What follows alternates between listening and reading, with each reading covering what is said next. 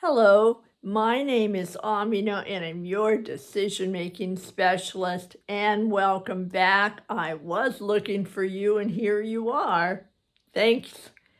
And I always want to acknowledge gratitude that I'm here and that you're there, and all of the wishes that everyone we know around us, beyond us, and those taking such good care of the ones who are not so well. And I want to thank everyone for being here. We're still here, we're alive. We have an opportunity. What is from one vantage point, and I'm absolutely honoring that part, all of this convergence of what's going on is an absolute perfect storm in the form of a pandemic. What else I'm going to offer is that in between the cracks, in between the horribleness, maybe there are also some moments, maybe an eyelash of a second, that is the convergence of a perfect opportunity to change who we are and how we treat people around us. And maybe there could be a culture shift where humans were put in the center, where people really mattered, not just in words, not just I value or I have a principle about people or any of that, just a real sincere walk your talk way of us shifting our culture so that not only are we a culture of progress, we're a culture of human beings, and that we don't just care for one another because of this pandemic. That's not the only reason. Maybe we've developed a new routine, maybe a new habit, maybe shifted a belief, maybe made a transformation to where what we're learning right now and how we contact people and check how are you and really mean it, and how when we go out and we have our masks on and sometimes our gloves, that we're finding new ways to stay our distance physically and socially. We're learning maybe to talk with our eyes. Maybe we communicate more with our voice since they can't see what's going on with our smile or not. And maybe say thank you a little more often. And maybe acknowledge the things that need to be changed for the people that don't have a home, don't have any place to shelter, for the seniors that are living in the homes that may not have been forgotten, just somehow we're finding out just weren't cared for in the way that they needed. I'm not putting anybody down. I'm not being political about this. I'm simply sharing my hope and my wish about us using this as an opportunity to really deeply care about ourselves, about our family, and about others out there. And that somehow when we are able to go out there and we get kind of busy again, and we're watching out about how far we are if we have our mask on, and all the new things that we'll be learning. I'm hoping in the midst of that I and you, that we will remember in our story and our legacy out there how much we really care and are concerned for one another. And we find ways to keep taking care of ourselves and keep taking care of and looking out for the people that are going out there with us. I am hoping, and I appreciate all that you're already doing. And let's be in this together in a whole nother way. Let's stay in this together in a whole nother way. All right. Thanks for that. And that brings me to something that I heard when I was out the other day.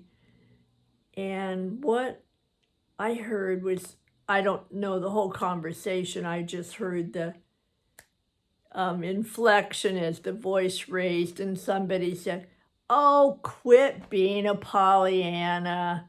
You're just trying to make things out of lemons and make some kind of lemonade." And I thought, wow. And then I remembered how often people would accuse somebody of being a Pollyanna, or saying, "I'm not trying to be a Pollyanna." And that's a story I would like to set straight in my own fashion. And I'm hoping it's okay to tell you about it. I read, and maybe you have too, and so you already know this, and if you do, I'm delighted, about the story of Pollyanna.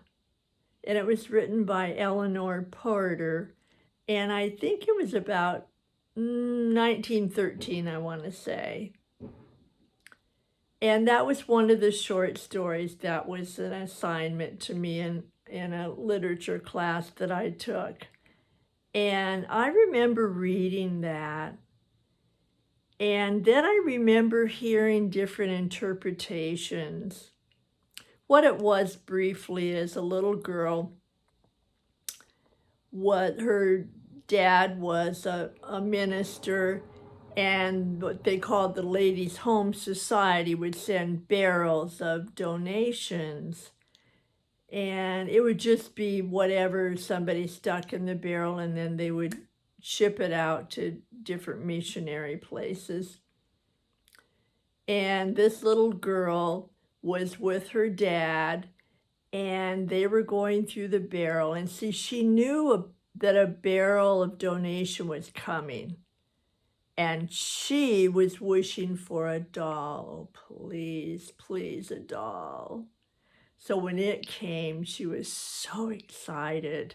So she helped her dad take the things out of the barrel, and they took things out, and they took them out, no doll. They took them out, and no doll. And they got to the bottom of the barrel, no doll. And the last thing in that barrel was a pair of crutches. She took them out. That was not a doll, and she was really disappointed. So as the story is, her dad talked to her about what they called their glad game. And he was saying that no matter how things are, that she and he would always look for something they could be glad about. And that was their glad game. And I have heard so many interpretations about that. And one of them is that they just pretended that the horrible things weren't happening, and they just went off, making their lemonade and pretending and just in total denial. Another is that Pollyanna and her dad focused so much on gratitude that they didn't really pay attention to how bad things were. And I am going to offer a third one. And let me tell you just a little bit more about this story, and then I'll tell you my third offering about the interpretation. So what happened is that Pollyanna was going to live with her Aunt Polly, who had this beautiful estate, this lovely multi-bedroom, beautiful, decorated home. Oh, it was just simply lovely. It was something Pollyanna didn't even know ever existed in the world. And so she stayed with Aunt Polly.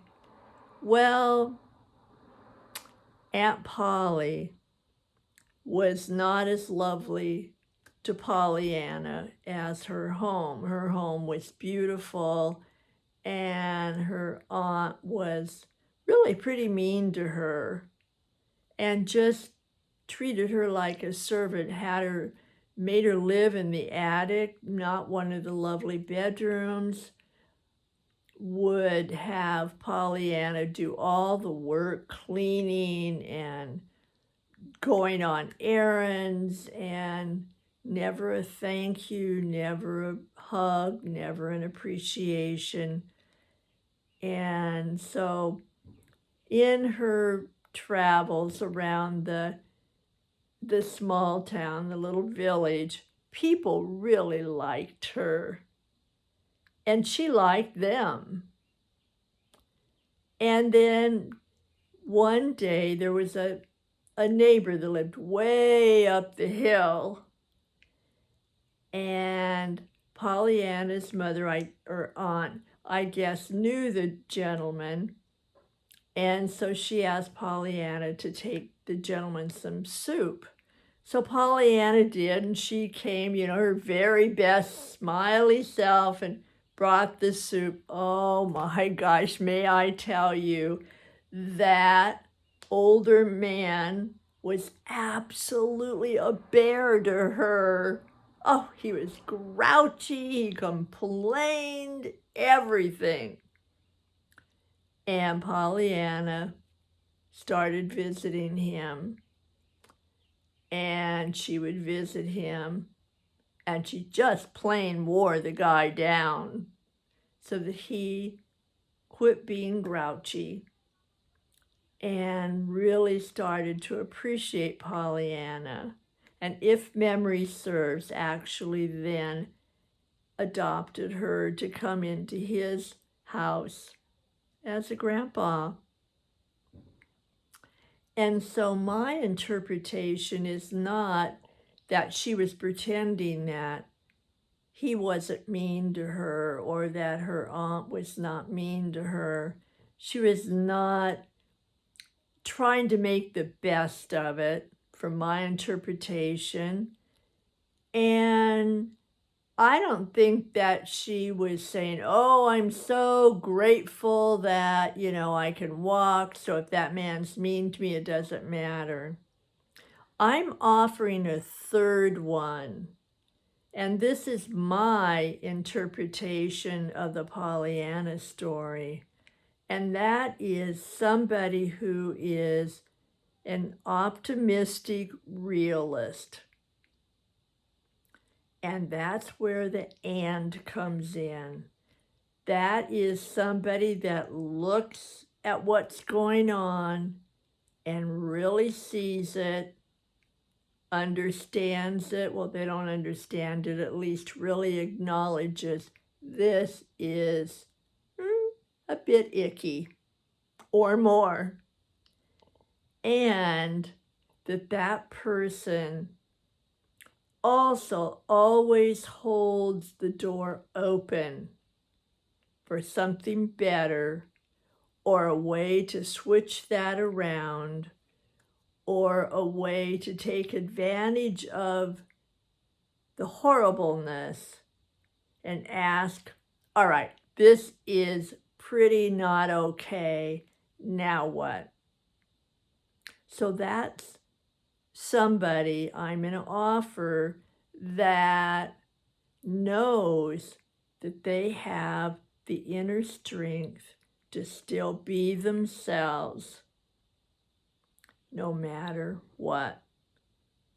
It doesn't mean we always get our own way, or that mean people are going to start liking us, or if something horrible comes like the pandemic, that we can pretend it away. It doesn't mean we have to be grateful and then find something to focus on. The gratitude is very lovely, and in the midst of that, I'm still going to be offering that we say, all right, this is just sheer horrible. The things going on are not okay. And where is my power? My power is that I can use this time to be better, to help somebody more, no matter who it is, that I can be there. I can be there and be a little kind and generous because we're all going through it. So I'm going to offer that Pollyanna can be a symbol of you being able to just be yourself no matter what. And that being yourself may not mean that you'll always get your own way, or that you'll always be ecstatically happy. It just means that you've given yourself an opportunity to keep growing, to keep making progress, to keep getting better and better at being yourself. And that is what matters. So I'm going to say, let's all be a Pollyanna. Let's all recognize the reality and leave the door open for an opportunity in the midst of it. All right. Thanks for coming. I'm so delighted with you, and please leave a comment. I look for those too, and push the subscribe button. And by all means, come back tomorrow. I will be here, and I will be looking for you, because you are the person writing this great story and creating a legacy beyond belief to take out there with your toolbox. All right, thanks. Come back. Bye for now.